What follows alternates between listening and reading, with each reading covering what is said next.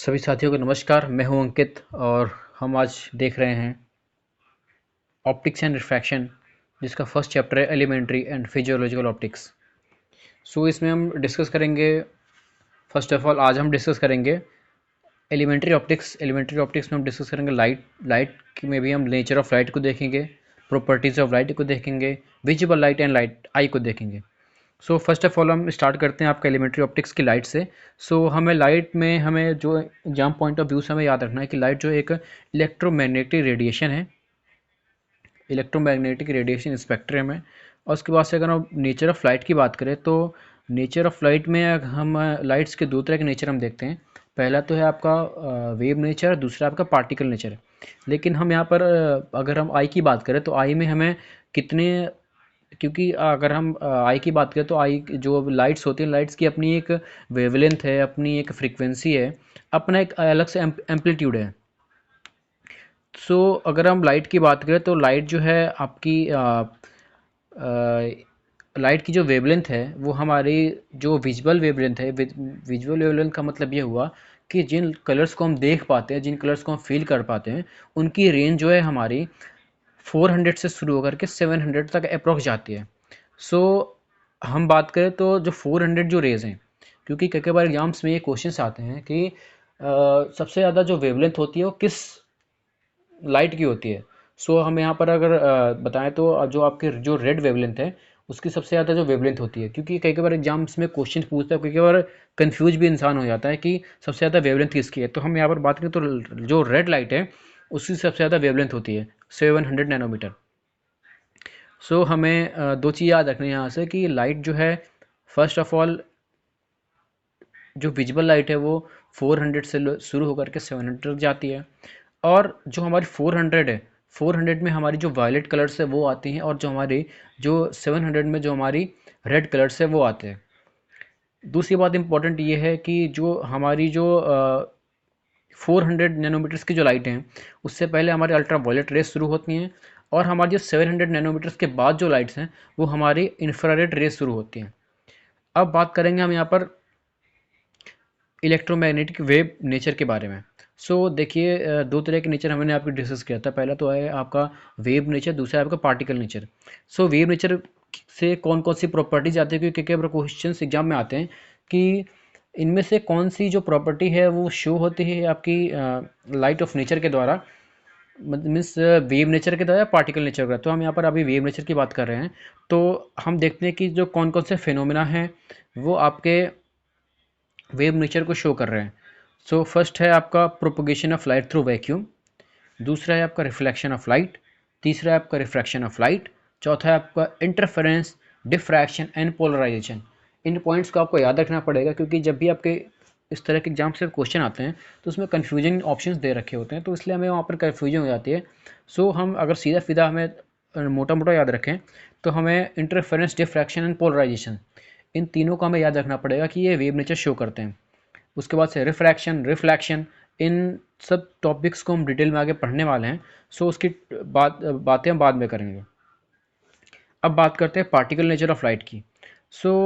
अगर हम particle nature of light की बात करें, जिसमें जो इसमें इंपॉर्टेंट पॉइंट्स है, जो इसमें इंपॉर्टेंट टॉपिक्स हैं, उसकी हम बात करते हैं। तो पार्टिकल नेचर ऑफ लाइट में हमारे जो फेनोमेना है वो कौन कौन से एक्सप्लेन हो रहे हैं उसके बारे में हम बात करते हैं। तो पहला है आपका photo electric effect of light, second है आपका स्कैटरिंग ऑफ लाइट, तीसरा है आपका इमिशन ऑफ लाइट, चौथा है आपका एब्जॉर्प्शन ऑफ लाइट। ये इंपॉर्टेंट पॉइंट्स हैं जो मैं आपको हाईलाइट करके दिखा रहा हूँ। तो ये जो है आपकी पार्टिकल नेचर ऑफ लाइट को, ये जो फिनोमेना है वो शो करते हैं। पहला स्कैटरिंग ऑफ लाइट, दूसरा इमिशन ऑफ लाइट, तीसरा एब्जॉर्प्शन ऑफ लाइट, चौथा है आपका photo electric effect of light. अब हम बात करते हैं प्रॉपर्टीज ऑफ लाइट की। लाइट के जो प्रॉपर्टीज, जो हमें इंपॉर्टेंट पॉइंट्स जो हमें याद रखने हैं, पहला है लाइट जो है एक इलेक्ट्रोमैग्नेटिक वेव है, इसके प्रोपोगेशन के लिए किसी भी मीडियम की आवश्यकता नहीं होती। दूसरा है इस लाइट जो लाइट ऑफ स्पीड है वो 3 × 10⁸ मीटर पर सेकंड की स्पीड से ट्रैवल करती है। तीसरा है आपका जो लाइट का जो है वो ट्रांसवर्स इन नेचर है, कैन बी पोलराइज्ड, इसे पोलराइज्ड भी कह सकता है। चौथा है आपका it is not deflected by electric and magnetic field, कि ये इलेक्ट्रिक एंड मैग्नेटिक फील्ड के द्वारा डिफ्लेक्ट नहीं होती। पांचवा है आपका सबसे इंपॉर्टेंट पॉइंट, जो ये है कि कई बार एग्जाम्स में क्वेश्चन आते हैं कि लाइट अगर एक मीडियम से दूसरे मीडियम में ट्रैवल कर रही है तो इसमें कौन से जो नेचर हैं लाइट का वो चेंज हो जाता है या चेंज नहीं होता। सो आपके जो यहाँ पर ऑप्शंस हैं, अगर बात करते हैं यहाँ पे वेलोसिटी, वेवलेंथ, एम्पलीट्यूड, ये सब बढ़ सकते हैं या घट सकते हैं, लेकिन जो लाइट का जो कलर है और फ्रिक्वेंसी है वो कभी ना बढ़ते हैं ना घटते हैं, वो कांस्टेंट हमेशा रहते हैं। तो ये बहुत इंपॉर्टेंट पॉइंट है कि इस पॉइंट्स को हम पूरा पढ़ते हैं। When light passes from one medium to another, velocity and wavelength change, amplitude may decrease or remain constant, but frequency and color of the light do not change. That is, color of light is determined by the its frequency, not wavelength. So यहाँ पर हम next point की बात करते हैं। तो velocity of all wavelength of light in free space is same, that is equal to 3 into 10 to the power 8. Speed of light is lesser, speed of light in medium is lesser than in vacuum. Obvious सी बात है, जो light है उसकी जो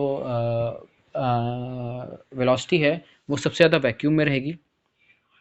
उसके बाद से बात करते हैं कि लाइट जो है हेट्रोक्रोमेटिक है, और उसके बाद से हम बात करते हैं विजिबल लाइट एंड आई की। सो जो हमारा जो मीडिया ऑफ आई है वो यूनिफॉर्मली परमिएबल है, किस तरह के रेंज के लिए, 392 टू लेकर के 600 नैनोमीटर के लिए। The media of eye are uniformly permeable to the visible rays between 390 and 600 nanometer. अब यहाँ पर बात करते हैं cornea absorbs rays shorter than 295 nanometre. Important point है। देयरफॉर अब यहाँ पर 295 जो नैनोमीटर जो रेज हैं वो कौन सी रेज हैं, तो हमने अभी पढ़ा था जस्ट यहाँ पर कि यहाँ पर जो 295 या फिर 400 से जो बिलो हैं वो अल्ट्रा वायलेट रेज हैं। तो यहाँ पर जो ये अल्ट्रा वायलेट रेज जो हैं वो अगर 295 हैं, शॉर्टर जो हैं वो हमारी कॉर्निया एब्जॉर्ब कर लेती है। देयरफॉर रेज बिटवीन 295 में 600 nanometre only can reach the crystalline lens. अब जो बात करते हैं कि normal human eyes insensitive to wavelength between 350 and 400 nanometre. So हमारे 350 एंड 400 नैनोमीटर के लिए जो हमारी आई होती है इनसेंसिटिव होती है। सो जिसे हम अल्ट्रा वायलेट रेज कह रहे हैं। सो हमारे यहाँ पर 350 एंड 400 नैनोमीटर की हम बात करें तो यहाँ पर अल्ट्रा वायलेट रेज हैं, है ना। तो अल्ट्रा वायलेट रेज की हम बात करें तो अल्ट्रा वायलेट रेज जो हैं, अब यहाँ पर इंपॉर्टेंट पॉइंट ये आता है कि यहाँ पर लाइन पढ़ते हैं the normal human eye insensitive to wavelength between 350 and 400 nanometre because these are absorb by the crystalline lens of the eye. In aphakic eye the light is between 350 and 400 nanometer can also pass on to the retina. Therefore the aphakic eye are sensitive to those wavelengths which give rise to the sensation of blue or violet color.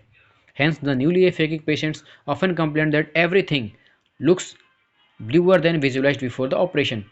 सो यहाँ पे बहुत एक important question आता है आपके कि जो हमारे एफेकिक पेशेंट्स होते हैं उन्हें कौन सा कलर ज़्यादा दिखाई देता है। सो हमें यहाँ पर आंसर नाम में टिक करना होगा कि ब्लूअर कलर उन्हें ज़्यादा दिखाई देता है एज़ कम्पेयर टू नॉर्मल। सो हमारी जो आई होती है मोस्ट सेंसिटिव होती है येलो और ग्रीन लाइट के लिए, that is light of wavelength 550 nanometre. इस टॉपिक को हम आगे पढ़ेंगे जब हम वेव नेचर ऑफ लाइट को एक्सप्लेन करेंगे। तो हम यहाँ पर देखेंगे कि आपका जो है यंग हेल्महोल्ट्ज़ थ्योरी है या फिर और भी थ्योरीज हैं उनमें किस तरह से येलो और ग्रीन लाइट को बहुत ज़्यादा इंपॉर्टेंट बताया गया है।